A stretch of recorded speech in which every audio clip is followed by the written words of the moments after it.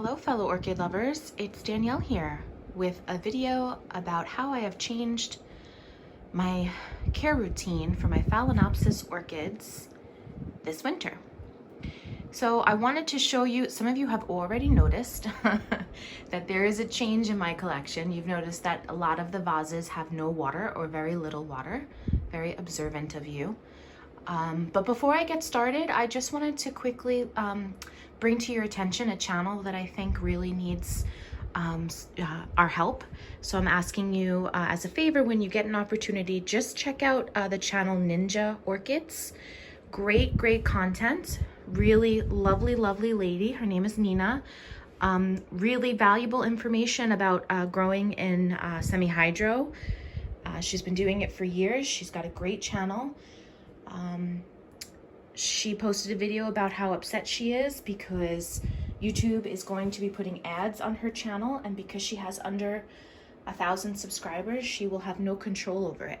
And I think she should have 1,000 subscribers by now, but hopefully maybe some of you guys can just check out her channel, and I know you're gonna love it, so you're gonna want to subscribe. So if you don't mind, when you have the time, just check out her channel. Again, that's Ninja Orchids. So to get back to the subject at hand, as you know, I've been growing in water culture for approximately 4 years. I'm not quite at the 4-year mark, almost there. And traditionally in the winter, I kept my Phalaenopsis orchids in full water culture. And the reason behind that is that I didn't have the time in my schedule to water them and then a couple of days later dump the water.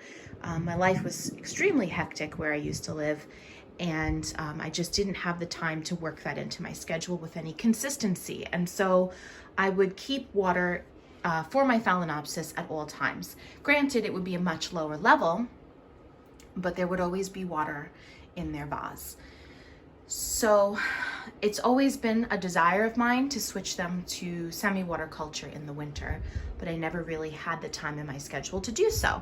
So now that I've moved to this place, this house, I do have the time to do so. I work from home now, and so I have the time in my schedule to dump the water. So what I'm doing at this point is I take all of my Phalaenopsis and I put the water level up to the base of their stem, and I let it sit like that for 2 days. And then I dump all the water off, and they're completely dry for 5 days, with the exception of orchids that have spikes. The orchids that have spikes, I leave a tiny bit of water because I don't want them to eat the spike if they feel like they're getting dehydrated.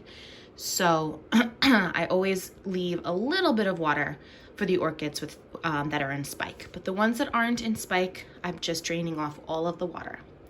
Now, when I decided to do this, I was going back and forth as to whether or not I was going to do this process with the handful of orchids that I have that don't have good root systems. And we all have that. We all have Phalaenopsis. You know, maybe it's just one, maybe it's more than one, that just doesn't have a good root system. Whether it's a new purchase and we just took it out of moss and it just doesn't really have good roots, or it's an older orchid that suddenly decided it doesn't want to live anymore and dumps its roots, or you know, it's something that we just really don't understand why they're doing it. But we all have at least one in our collection that's kind of a little bit of a head scratcher.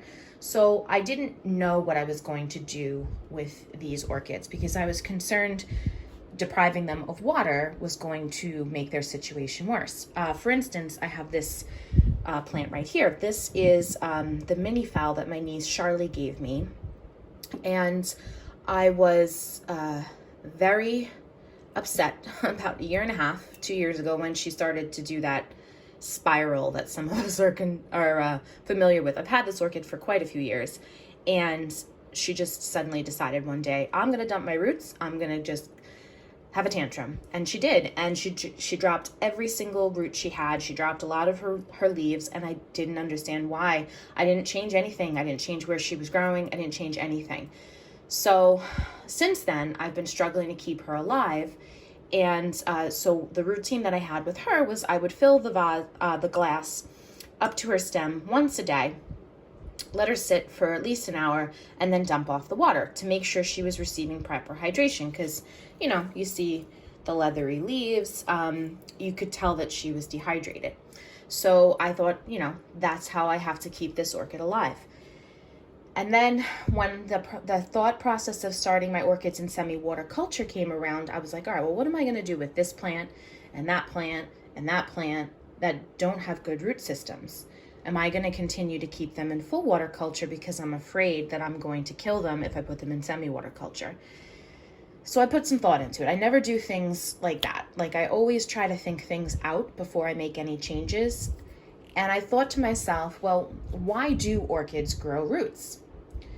And that's because they're looking for water and nutrients. And so they put out a root system until they find what they need.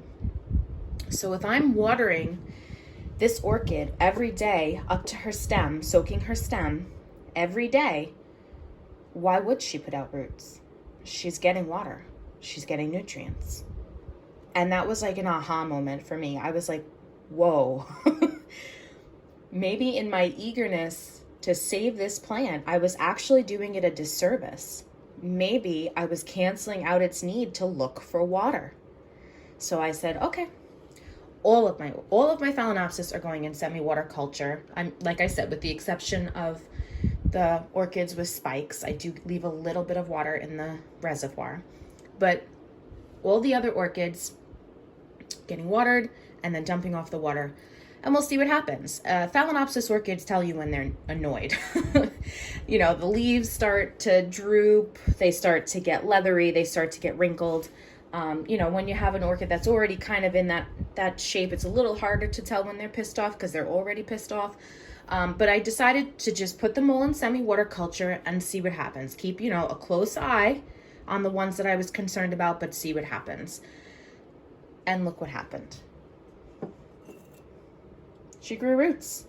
I've been struggling to get this orchid to grow roots for months now. And she wouldn't grow them because I was giving her enough water. She had enough water from her stem, and so she didn't see the need for roots.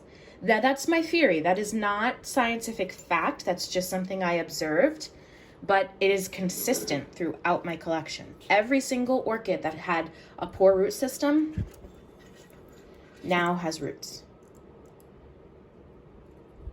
Amazing, amazing results. Now, I wouldn't have performed this experiment in the summer because it gets very hot in here, and I would have been concerned that these orchids would have been losing moisture through their leaves and not having anything to back that up. But because it's cooler, it's the winter, orchids have a tendency to slow down in the winter. They slow down their growth typically. Some of them don't, but typically they slow down, especially Phalaenopsis. I felt comfortable with this experiment. And like I said, consistently, every orchid that has struggled with their roots is now putting out new roots. So I wanted to share this with you because one of the number one questions that I get asked is, how do I save my rootless orchid? And, you know, I've done videos on different things that you can do, like removing velamin off of the roots, soaking the stem, and those are all valid still suggestions that do work.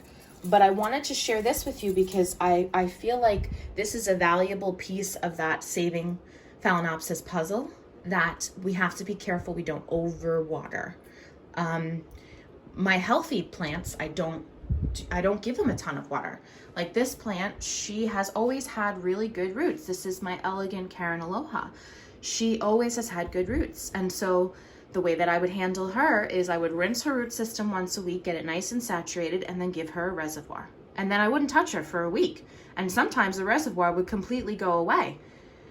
So with healthy plants, I wasn't fussing as far as making sure the whole root system and the stem was saturated every day. So why was I doing that with my rootless orchids? Why did I think that they needed more water than a healthy rooted orchid? And once I realized that and I put them into semi-water culture and I saw them respond the way I thought they would, I was like, I have to share this. I have to share this with my viewers because this is a valuable piece of that puzzle.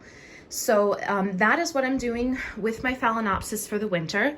I will switch them back to full water culture, you know, when the temperatures start to rise, because I do believe that in the warmer months it is beneficial for my plants, at least, because I do keep this room rather warm. I know I grow in my home, but I have a little microclimate here in my grow room for them. So I do keep this room very warm. So I will be switching all of them back to full water culture in the, you know, the warmer months. But for now, while the temperatures are conducive for it, I am taking the ones that aren't in spike and putting them into semi-water culture. So I hope that that video was helpful to you. My goal is always to help anyone who needs it to learn ways to save their orchids. I'm all about rescuing orchids. And yeah, so that's pretty much it. I hope you guys are all having a really good weekend. And I actually filmed this video already a couple times and I couldn't get my thought process straight. And then I filmed it yesterday and I was happy with it, but then my friend Nina, she posted a video about how upset she was, and so I had to just redo it and just put that little bit in the front of it to try to help her and her channel. So I hope you guys don't mind. But I hope you guys continue to have a great weekend, and I will talk to you all next time.